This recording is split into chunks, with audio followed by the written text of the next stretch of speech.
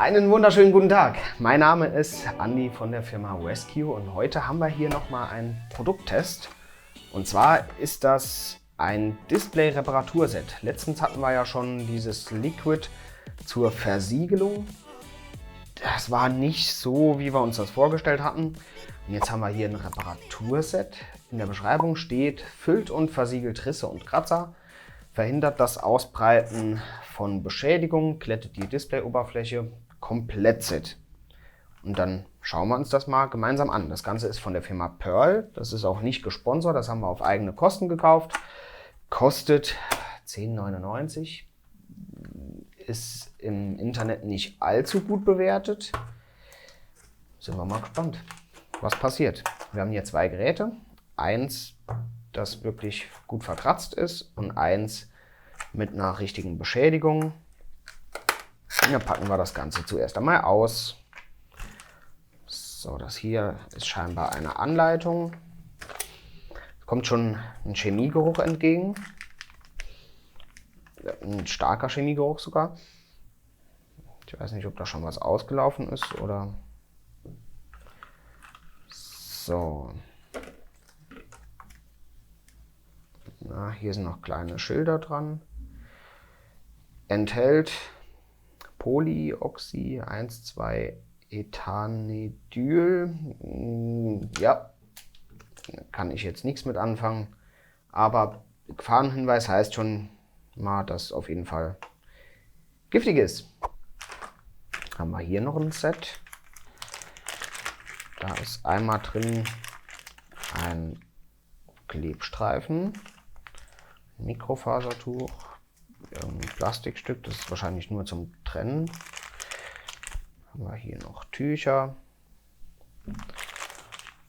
noch eine Karte, Alkoholtücher, eine Klinge und eine Nadel oder was Ähnliches. Das sehen wir gleich. So, dann schnappen wir uns mal die Anleitung.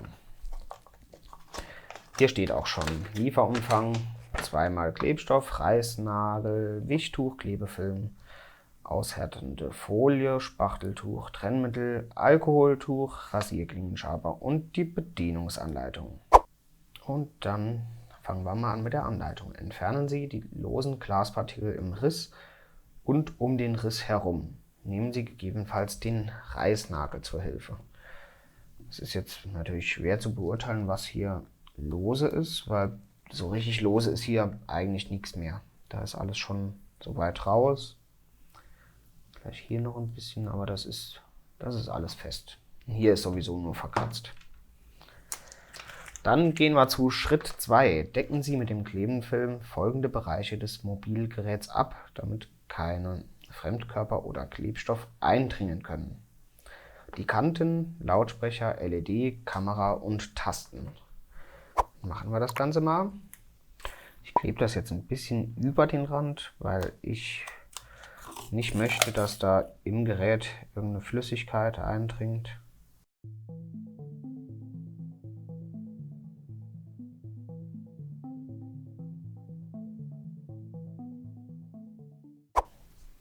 So, das Gerät, das wir eben noch hier hatten, das iPhone 7 mit dem Sprung, das mussten wir jetzt leider austauschen. Wir dachten nämlich, das geht in 10 Minuten. Jetzt haben wir gerade in der Anleitung gesehen, dass das ein bisschen länger dauert und unser Kunde wollte nicht so lange warten. Das hätte jetzt zu lange gedauert, weil das vorneweg mit Wartezeit noch 45 Minuten gedauert hätte. Jetzt haben wir hier ein iPhone X geholt, auch mit Riss. Haben wir auch schon abgeklebt. Jetzt schauen wir hier, ob hier noch lockeres Glas ist. Da kriegen wir noch ein paar Splitter raus. Aber auch nicht viel. So, dann nehmen wir uns nochmal die Anleitung. Jetzt steht hier oben, tragen Sie Schutzkleidung, Schutzhandschuhe, Augenschutz und Gesichtsschutz. Das habe ich mir schon mal alles bereitgelegt. So wie das riecht, möchte ich es auch ungern in den Augen haben. Ich glaube nicht, dass das allzu gesund ist. Hier sind auch schon Gefahrenhinweise. Ich vermute, dass das irgendein UV-Kleber ist. Der Geruch erinnert mich nämlich an die Zeit vom Samsung Galaxy S4, als man noch das Glas einzeln mit einem UV-Kleber getauscht hat.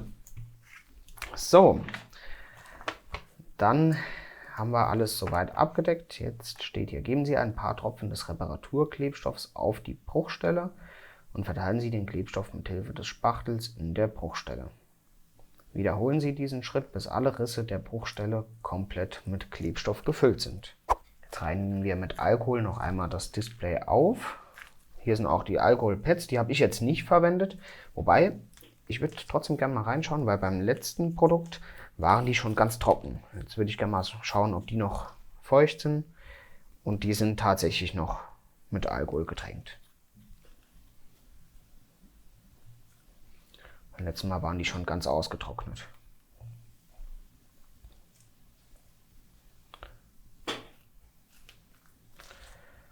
Dann fangen wir direkt mal mit dem Härtefall an. Das ist das Liquid. Schauen, wie das aufgeht.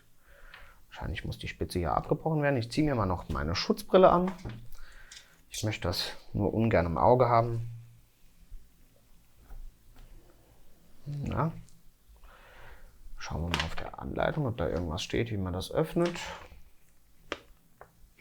Nee. Dann würde ich sagen, schneiden wir es auf, ne?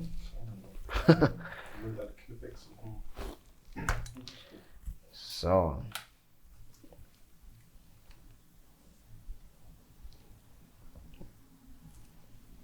Und dann geben wir ein paar Tropfen von dem Kleber auf den Riss.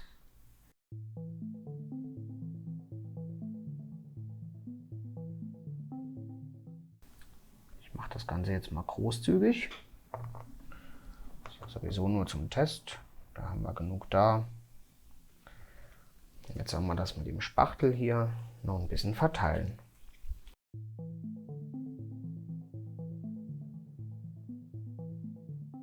Es riecht extrem chemisch.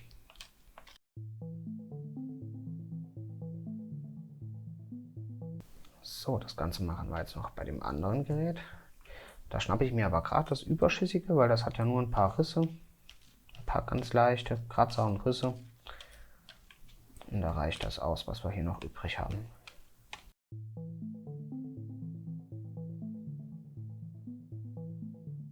So, den Klebstoff haben wir jetzt aufgetragen. Man sieht hier, das ist alles ausreichend bedeckt. Und jetzt sollen wir 5 bis 10 Minuten leicht härten lassen. Und dann legen wir eine aushärtende Folie auf die noch feuchte Bruchstelle und reiben sie mit dem Finger sanft über die Folie. Bis gleich!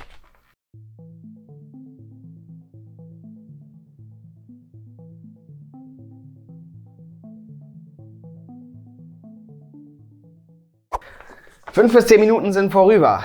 Jetzt gehen wir zum nächsten Schritt und zwar legen Sie eine aushärtende Folie auf die noch feuchte Bruchstelle, reiben Sie mit dem Finger sanft über die Folie, um die Bruchstelle zu glätten. Das kriegen wir hin.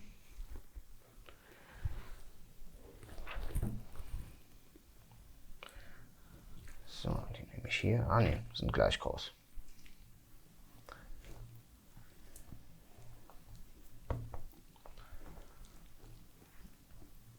Den Satz Bruchstelle glätten, den verstehe ich nicht ganz.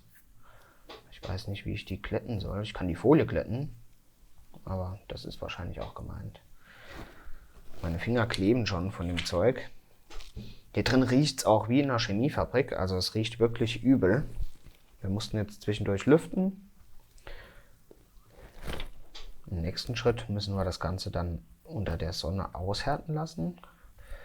Gott sei Dank haben wir heute ein tolles Wetter, die Sonne scheint, weil da steht auch drauf, beziehungsweise bei schlechten Sonnenbedingungen, zum Beispiel im Herbst und Winter, nimmt die Aushärtung mehrere Stunden in Anspruch. Mehrere Stunden Zeit haben wir natürlich nicht. Wir haben aber Glück, die Sonne scheint und dann nehmen wir die Geräte kurz mit, gehen in die Sonne, 15 bis 20 Minuten soll das Ganze dauern und dann sind wir gleich wieder zurück. So, wir sind zurück mit den 2 Geräten. Wir haben uns 25 Minuten in die Sonne gesetzt. Jetzt schnappen wir uns nochmal die Anleitung und schauen, was der nächste Schritt ist. Entfernen Sie die aushärtende Folie. Ich bin mal gespannt, wie hart das jetzt ist. Man merkt auf jeden Fall schon, dass das irgendwie fest geworden ist. Hätte ich jetzt nicht erwartet in dem Stil. Ja, die hier ist schon okay. Ich hoffe, ich muss das jetzt nicht sauber machen. Das wird spaßig. Und dann Schritt Nummer 8. Tränken Sie das Tuch mit Trennmittel und legen Sie es auf die Reparaturstelle. Okay. Die Reparaturstelle ist das ganze Gerät, also brauchen wir auf jeden Fall hier ein paar Stück.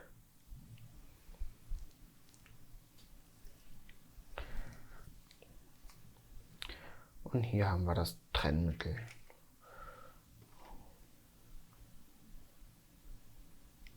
Was das sein soll, steht nicht drauf. Auch kein Gefahrenhinweis. Also denke ich, dass das vielleicht auch irgendein Alkohol oder irgendein Lösemittel, keine Ahnung. Riecht nach Nagellackentferner.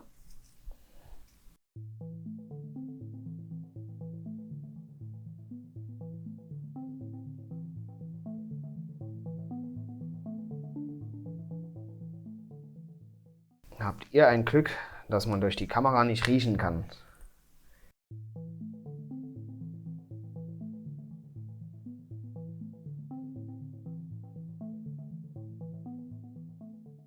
Natürlich muss man hier auch ein bisschen vorsichtig sein, dass man es nicht ganz übertreibt mit der Flüssigkeit. Nicht, dass das Gerät am Schluss einen Wasserschaden hat.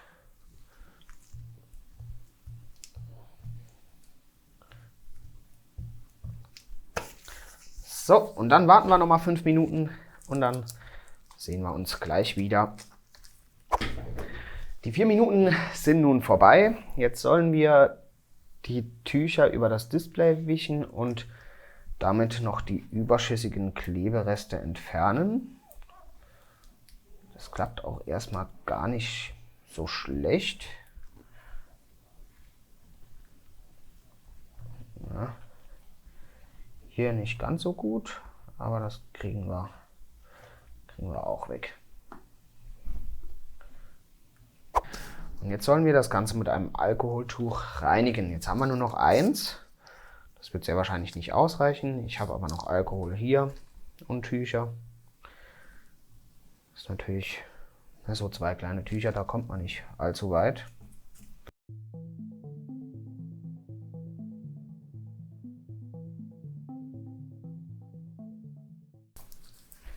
Dann entferne ich auch schon mal den Klebstreifen.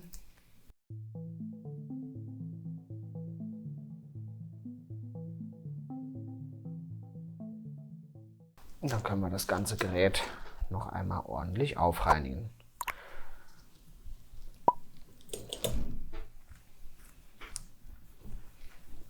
Dann würde ich sagen, tun wir das Ganze auch gerade mal begutachten.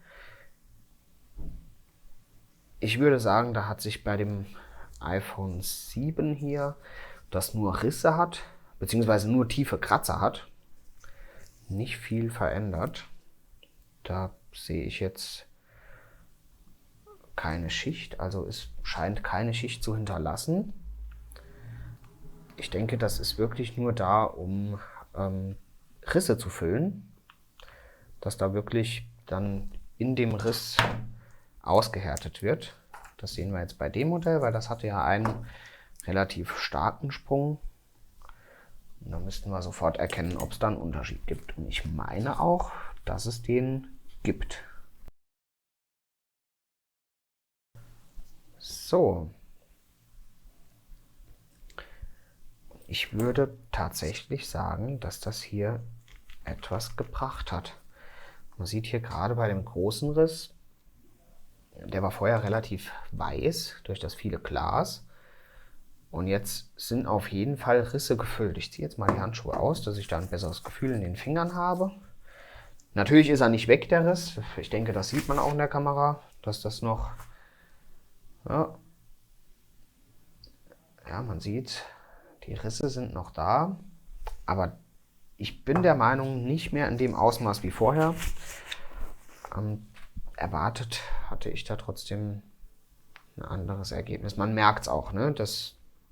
Irgendwas ist gefüllt, weil es ist nicht mehr so scharfkantig, wie das vorher war. Ich habe keine Splitter an der Hand. Dennoch würde ich sagen, Ergebnis eher mäßig.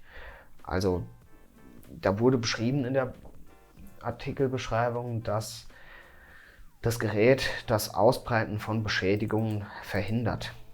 Ich bin der Meinung, dass wenn dieses Gerät nochmal stürzen würde, dass dieser UV-Kleber da keinen weiteren Schutz bietet. Das wird dann weiter kaputt gehen. Da bin ich mir ziemlich sicher.